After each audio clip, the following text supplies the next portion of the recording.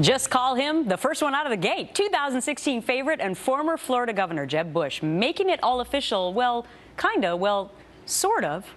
Announcing on social media that, yes, he is in fact considering a run for the White House. Hi, everyone. I'm Gretchen Carlson, and we're here to give you the real story today on that and so much more.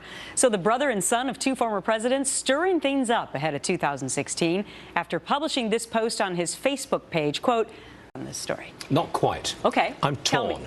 You're torn? Yes. Is that different than straddling? Yes. All right. Okay. Tell me. Be Please. decent about it. All right. Please. Do something about it, Stu. Second argument. The fees that were in the fence. Good. And that side of the fence is cut those ticket prices. I just flew and it was a bad flight. And Don't miss Stu, because he's on our sister network. If you're not sure where to find Fox Business Network in your area, just log on to foxbusiness.com/channel finder. Did Hollywood just snub two huge blockbusters because they were too patriotic and speak to the American fighting spirit? Things going on here, but the police are about to release sort of these enhanced images from this YouTube video. They're going to go after these people because they assaulted, allegedly, two lieutenants. Well, they not only have a right, the protectors. Now, ordinarily in a case like this, when they have one and they're looking for six and joined in on it, I'm sure he would be happy to have lesser between doing a protest, a peaceful one, which you yourself experienced just last night, and when it gets out of hand like this. Well, listen, the First Amendment requires the government to give breathing room to protests. Nobody gives breathing room better charges, which means less than a year in jail. If they are injury to hard tissue, to bone. One of the most anticipated films of the year, Clint Eastwood's. Do people have a point here that patriotic movies about the American fighting spirit, that they're automatically snubbed because of Hollywood bias? I don't think that's true, that they're snubbed at all. I mean, we've seen in various awards, Golden Globe, SAG.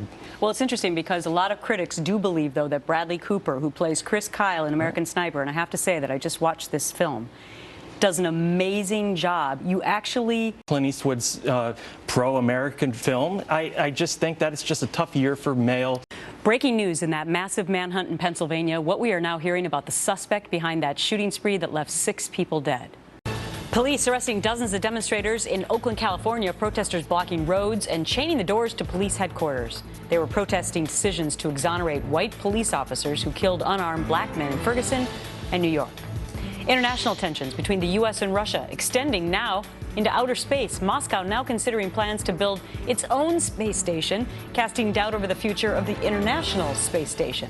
And e-cigarettes now more popular among U.S. teens than regular smoking. Survey finding 17% of high school seniors had tried an e-cigarette in the last month, compared to 14% who lit up a regular cigarette. Thank you, and Gretchen. being on The Real Story for the first time. Thank you. People love the Godwink stories, and we're just talking about Jimmy Kelly out of Cleveland, Ohio. Fill in the blanks that I left out. Well, just think about this. He was the youngest child, and at that moment, the hospice nurse said, "Your mom just went to heaven." Wow. I know that's this is that's a God wink. And Yeah. here's what you say about God winks.